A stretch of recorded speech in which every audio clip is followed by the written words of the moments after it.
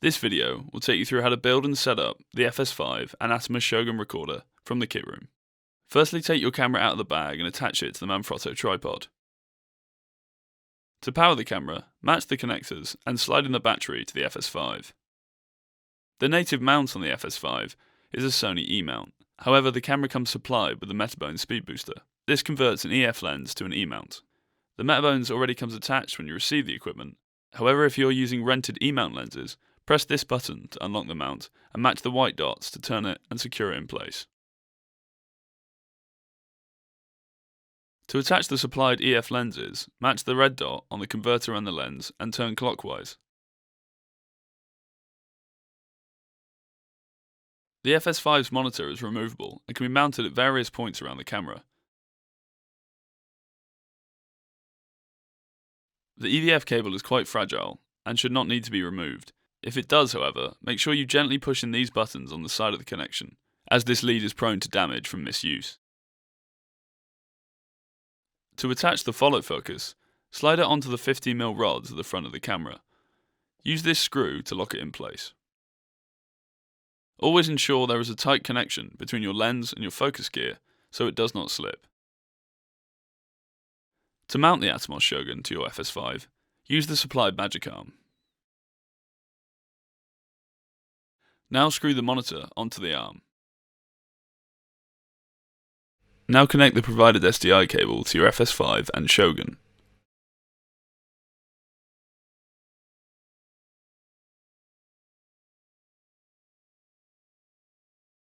You can power the monitor using the supplied MPF batteries. Slide in the SSD caddy if you wish to record using the Shogun. The FS5 has a removable side handle. If you need to detach it from your body, you must first remove the jack cable, then press the grip release button and turn it to unlock. To reattach, match the white dot on the handle and the mount, and turn it back into place. The FS5 records internally to SD cards. These are housed at the back left of the camera body. Use this switch to turn on your camera. If there is no immediate feed, make sure your monitor is turned on. Use this button to flip your image for your best viewing option. To open the menu, use this button, and use this wheel to navigate around it. Click in the dial to select. Let's start by setting up your choice of recording resolution and bitrate. Open the recording settings. The file format option allows you to set your internal and external recording options. The FS5 can record internal 10-bit HD video in the XAVC-AL codec, as well as 8-bit internal 4K video in XAVC-AL. It also records at a lower data rate at AVC-HD, as well as externally outputting RAW recording to an external monitor, like the Shogun. The recording format option allows you to set your camera's frame rate and bitrate. If your internal recording is your main media source, and you're not using it as a proxy, always make sure this is set to the highest bitrate option. In this case, 25 frames per second at 50 megabits per second. Now let's walk around the LCD to better understand the display. This shows the camera's battery life. This shows the current recording and bitrate setting. This displays if your camera is recording or in standby. There are 3 recording buttons on the FS5, one on the camera body, a lockable one on the top handle, and a third on the camera's grip. To play back your footage, hit the thumbnail button. Here you can browse both cards' content. This displays your timecode. This shows your camera's selected media, as well as the time left for recording. Use this button to switch between SD cards. This displays your camera's audio levels. This shows your camera's ISO setting. You can set 3 preset ISOs in the FS5, which can be toggled through using this button. To do this, head to the camera paint menu and select the ISO setting. Here you can dial in your 3 preset ISO functions. Hitting the ISO button on the side of your camera will switch between manual and automatic. This displays your shutter speed. Click in this button on the body and use the menu wheel to adjust the speed. The FS5 comes stocked with prime Cine lenses with a manual iris adjustment. However, if you are using an electronic lens with the FS5, having this dial set to iris means you can adjust the aperture of your lens. The FS5 also comes stocked with an internal set of ND filters, which can either be used as a steps function or as a variable ND. Shifting these two buttons to ND and variable and turning the dial to 1 will activate your ND filter. Having this ND setting on will allow you access to control the entire range of ND. This shows your neutral density filter's strength on screen. This icon displays your current white balance. If there is no icon showing on screen, it is set to automatic. Click this button to change between manual and automatic white balance. The FS5 can hold two color card generated white balances, as well as an internal preset. To set an auto white balance, change the option to A or B, and click the white balance button at the front of your FS5. To select a preset option, open the camera and paint settings. Scroll down to white balance preset. Here you can either choose daylight, tungsten, or a Kelvin range. When this is in manual white balance preset, you can dial in your specific Kelvin range.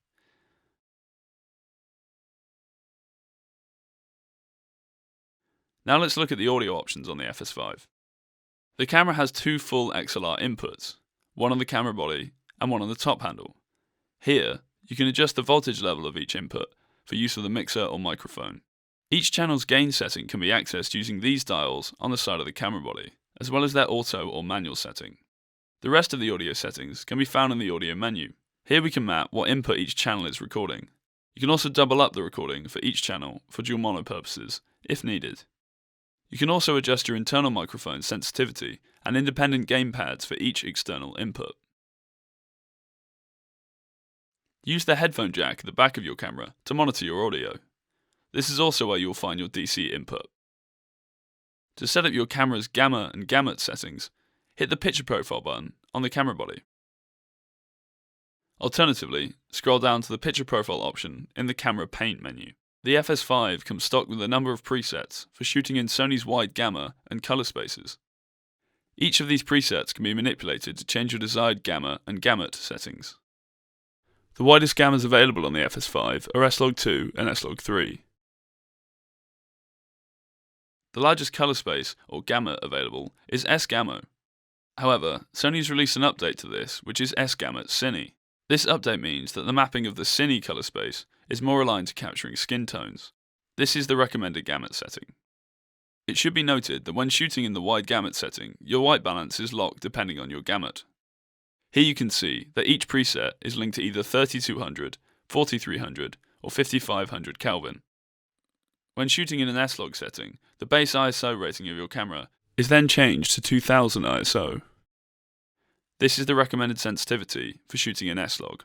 When changing the gamma on your FS5, the camera will automatically add a gamma adjustment overlay to your monitor so you can view your image in Rec. 709. When active, this icon will be shown. To turn this off or on, head to the display menu and change the Gamma Display Assist option. You can now view your image in log.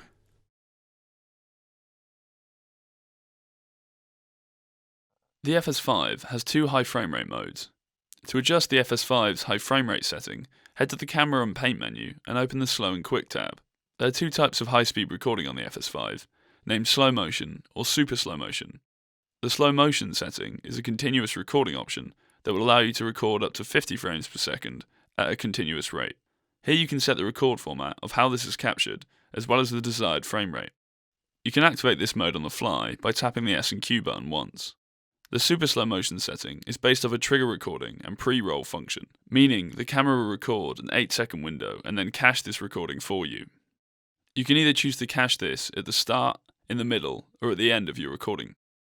The FS5 can record up to 200 frames per second in 1080p and up to 800 frames per second in standard def. Double tap the S and Q button to activate super slow motion.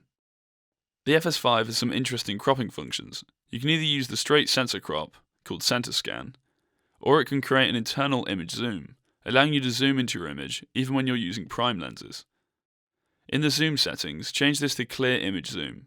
You can now use the zoom rocker on the handle to create zooms while using a prime. To adjust the internal display options on the FS5, use the display menu. Here you can add a histogram to your monitor, as well as adding zebras to your image and adjusting the target IRE value. You can turn on and adjust your focus peaking settings here. and add any markers or frame guides to overlay over your monitor. Use this button to toggle your displays on and off. Each of the numbered buttons on the camera body can be reassigned and changed to your preference. To change each function, head to the System menu and choose Assign Button. Here you can map your desired function to each button. Now let's look at the Atomos Shogun and its features. Press this button to turn it on. The top left icon displays your current input. Touch this to open the Input menu. Tap the source icon to change between HDMI and SDI.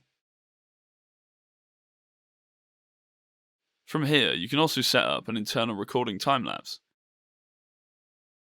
where you can add your own parameters of the duration and amount of frames captured. This will then be saved as a video file on your SSD.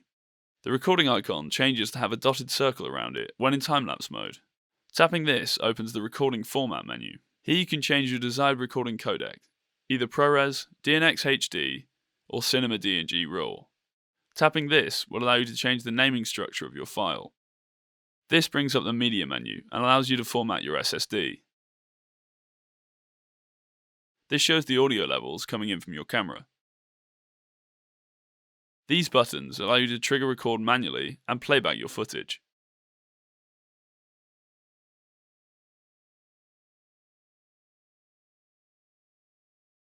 This brings up your scope options, allowing you to view a waveform, RGB parade, or a vector scope.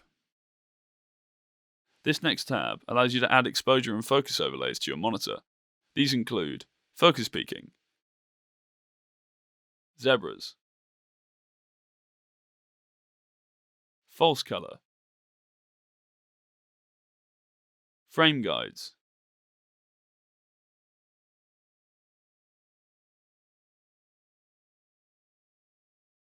safety zones.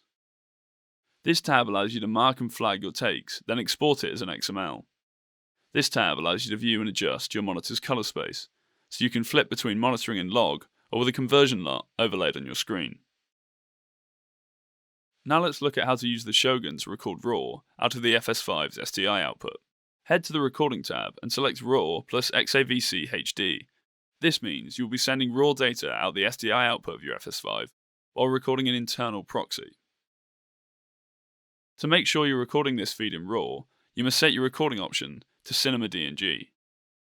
Now when you hit record, this will trigger the Shogun to begin recording as well. To ensure you have successfully recorded in RAW, hit the playback button and you will see the file structure of the SSD. Here you will see each recording contains an uncompressed WAV audio file and a folder of individual RAW Cinema DNG frames. These RAW frames cannot be played back to you with the Shogun, so use the internal recorded proxy to review your footage. To wipe your FS5's SD cards, head to the System menu and select Media Format. When you're finished with your camera and are ready to return it to the kit room, make sure to set it to factory defaults. To do this, head to the System menu and choose Initialize.